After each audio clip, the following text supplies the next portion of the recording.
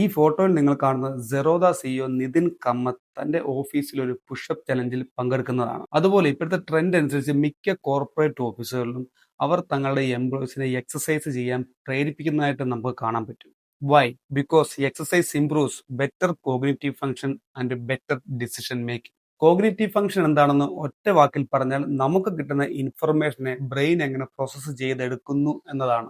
After 40 നമ്മളുടെ muscle മാസും അതുപോലെ bone ഡെൻസിറ്റിയും കുറയുന്നത് പോലെ തന്നെ നമ്മളുടെ ബ്രെയിനിന്റെ ഫംഗ്ഷനും പതുക്കെ കുറഞ്ഞു തുടങ്ങുന്നു. ഇത് നമ്മൾക്ക് ഇംപ്രൂവ് ചെയ്യണമെങ്കിൽ ഈ എക്സസൈസ് ഒരു പരിധി വരെ നമ്മളെ ഹെൽപ്പ് ചെയ്യുന്നു. ഏത് തരത്തിലുള്ള എക്സസൈസ് ആണെന്ന് ചോദിച്ചാൽ ഒന്നാമതായി ഞാൻ പറയാം, നിങ്ങൾ 40 വയസ്സ് കഴിഞ്ഞ് ഹെൽത്തി ആയിട്ടുള്ള ഒരാളാണെങ്കിൽ ഗ്രൂപ്പ് സർക്യൂട്ട് ട്രെയിനിങ് ആണ് ഏറ്റവും നല്ലത്. അതായത് back to back exercise with shorter period of rest time. Because ഈ ഒരു ട്രെയിനിങ് പീരീഡിൽ ചലഞ്ചസ് ഉണ്ട്, അതുപോലെ റെസ്റ്റ് ടൈം കുറവാണ്, പെട്ടെന്ന് ഡിസിഷൻ എടുത്ത് മുമ്പോട്ട് പോകണം, അതുപോലെ ടീം സ്പിരിറ്റ് ഉണ്ട്. സോ ഈ ഒരു ട്രെയിനിങ് മെത്തേഡ് നിങ്ങളുടെ കോഗ്നിറ്റീവ് ഫംഗ്ഷൻ ഇംപ്രൂവ് ചെയ്യാൻ ഏറ്റവും നല്ലൊരു ടൂൾ ആണ്. അടുത്ത സ്വിമ്മിങ് അതുപോലെ ഡാൻസിങ് ഒക്കെ നിങ്ങളുടെ കോഗ്നിറ്റീവ് ഫംഗ്ഷൻ ഇംപ്രൂവ് ചെയ്യാൻ ഹെൽപ്പ് ചെയ്യും. നിങ്ങളുടെ കറന്റ് ഫിറ്റ്നസ് ലെവൽ കുറച്ച് കുറവാണെങ്കിൽ ബേസിക് ആയിട്ടുള്ള യോഗ പോസ്റ്റേഴ്സ് അതുപോലെ തായ്ചി അതുപോലെ മെഡിറ്റേഷൻസും നിങ്ങളുടെ കോഗ്നിറ്റീവ് ഫംഗ്ഷൻ ഇംപ്രൂവ് ചെയ്യുന്നു. അടുത്തത് ഈ പറയുന്ന 2 സപ്ലിമെന്റ് ഒമേഗ 3 ആൻഡ് ക്രിയാറ്റിൻ കുറച്ചെങ്കിലും നിങ്ങളുടെ കോഗ്നിറ്റീവ് ഫംഗ്ഷൻ ഇംപ്രൂവ് ചെയ്യുമെന്ന് പഠനങ്ങളിൽ തെളിയിച്ചിട്ടുണ്ട്. ഇനി നിങ്ങൾ ശ്രദ്ധിക്കേണ്ട പ്രധാനപ്പെട്ട ഒരു കാര്യം, വർക്കൗട്ട് പ്ലാൻ തിരഞ്ഞെടുക്കുമ്പോൾ നിങ്ങളുടെ കറന്റ് ഫിറ്റ്നസ് ലെവൽ നോക്കിയതിനു ശേഷം മാത്രം ഒരു പ്ലാൻ ചൂസ് ചെയ്യുക.